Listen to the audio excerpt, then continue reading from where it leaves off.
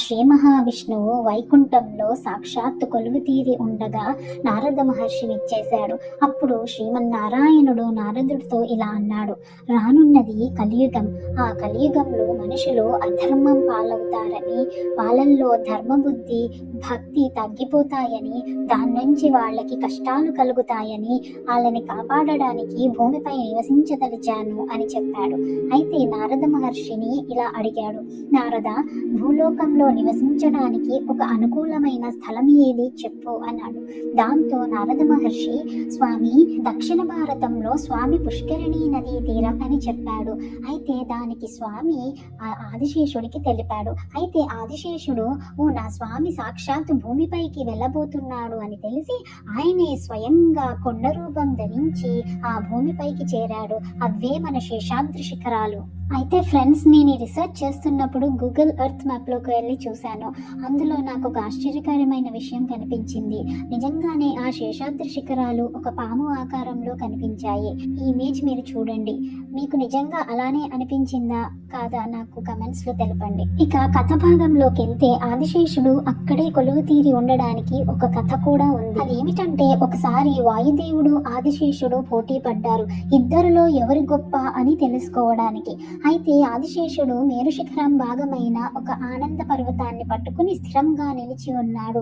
వాయుదేవుడు అతన్ని కలపడానికి ప్రయత్నించాడు, కానీ ఎంతకీ కదల్లేదు. అయితే ఇంతలో ఏదో అలికిడయ్యేసరికి ఆదిశేషుడు తల ఎత్తాడు. ఇదే సమయం అని చూసి వాయుదేవుడు గట్టిగా వీచాడు.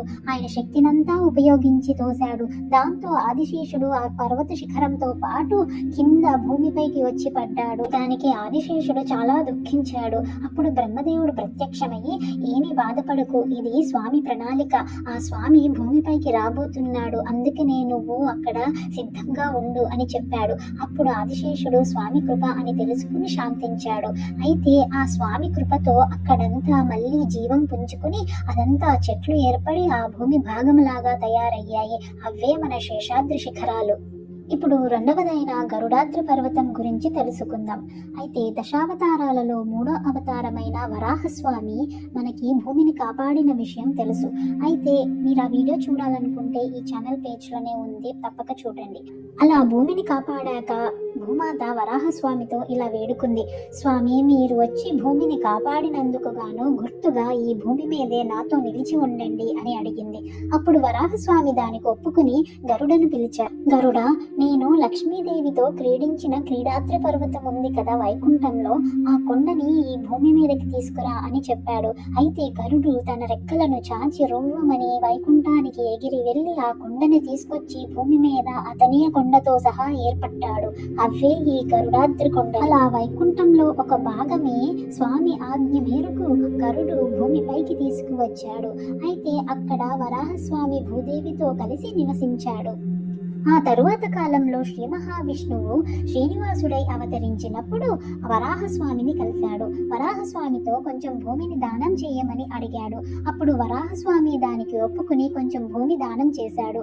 వరాహస్వామి అప్పటికే అక్కడ కొలువు తీరి ఉన్నాడు కనుక, అదీ కాక భూమిని కాపాడింది కూడా వరాహస్వామి కనుక శ్రీనివాసుడు ఆయనకి ఒక బహుమతి ఇచ్చాడు. అది ఏమిటంటే, మొదటిగా పూజ నైవేద్యము కూడా ఆ వరాహస్వామికే చెందాలి అని చెప్పి. అందుకని మీరు చూస్తే తిరుపతిలో ఇప్పటికీ కూడా మొదటి పూజ మొదటి నైవేద్యము ఆ వరాహస్వామికే చెందుతాయి. అయితే భక్తులు కూడా దర్శించేటప్పుడు మొదటిగా వరాహస్వామిని దర్శించి ఆ తర్వాత పైన కొండ మీద వెంకటేశ్వర స్వామిని దర్శిస్తారు. ఈసారి మీరు తిరుపతికి వెళ్ళినప్పుడు తప్పకుండా ఆ భూవరాహ స్వామిని దర్శించి కృతజ్ఞత చెప్పండి. ఇక ఏడుకొండలలో మూడవదైన అంజనాద్రి గురించి తెలుసుకుందాం. అంజనాదేవి కేసరి దంపతులకు మొదటిగా సంతానం కలగలేదు. అయితే సంతానం కోసమని అంజనాదేవి ఘోరమైన తపస్సు చేసింది. ఆ తపస్సు ఫలమే వాయుదేవుడు ఒక ఫలము తీసుకొచ్చి తనకు ఇచ్చాడు. ఆ ఫలము తిన్న అంజనాదేవి ఆంజనేయుడికి జన్మనిచ్చింది. అటువంటి పవిత్రమైన స్థలమే ఈ అంజనాద్రి పర్వతము. ఎంతో తపశ్శక్తి కలది. ఇక మనం నాలుగవదైన నీలాద్రి పర్వతం గురించి తెలుసుకుందాం. ఆ శ్రీ మహావిష్ణువు శ్రీనివాసుడై భూమిపైకి వచ్చినప్పుడు అడవిలో ఒక పాముల పుట్టలో నివసిస్తూ ఉండేవాడు. అతని ఆహారం కోసమై ఒక ఆవు రోజు వచ్చి ఆ పుట్టపైకి ఎక్కి తన పాదల నుంచి పాలు వదిలేది. అయితే పుట్టలో నుంచి శ్రీనివాసుడు పాలు తాగి అలా నివసిస్తూ ఉండేవాడు. ఇది ఒకసారి ఆ కాపరికి అనుమానం వచ్చి ఆ ఆవుని వెంబడించాడు. దాంతో ఆ దృశ్యాన్ని చూసి అతనికి కోపం వచ్చి ఆ గుడ్డలని ఆవు మీదకి విసిరేశాడు. శ్రీనివాసుడు అడ్డు వచ్చాడు. దాంతో శ్రీనివాసుడు నుదుటి మీద ఆ గుడ్డలి తగిలి కొంచెం భాగం శిరోజాలు ఊడిపోయాయి. అప్పుడు ఒకరోజు నీలాదేవి అనే అప్సరస అటుగా వెళ్తూ స్వామిని చూసింది. ఆయన శిరోజాలు ఊడిపోయిన భాగాన్ని చూసి, అరే ఇంత అందంగా ఉన్నాడే, ఇతనికి కొంచెం శిరోజాలు ఊడిపోయాయే అనేసి తన అందమైన శిరోజాలను కొంచెం తీసి ఆ స్వామికి అతికించింది. దాంతో అతనికి పూర్ణంగా శిరోజాలు వచ్చాయి. అది చూసిన శ్రీనివాసుడు తనకి ఒక వరం ఇచ్చాడు. రాబోయే కాలంలో ఇక్కడ ఎవరైతే నన్ను దర్శించడానికి వస్తారో వాళ్ళు తన తలలీలాలు అర్పిస్తారు, అవన్నీ నీకే చెందుతాయి అని అన్నాడు. అందుకనే ఆ కొండకి నీలాద్రి పర్వతం అని పేరు.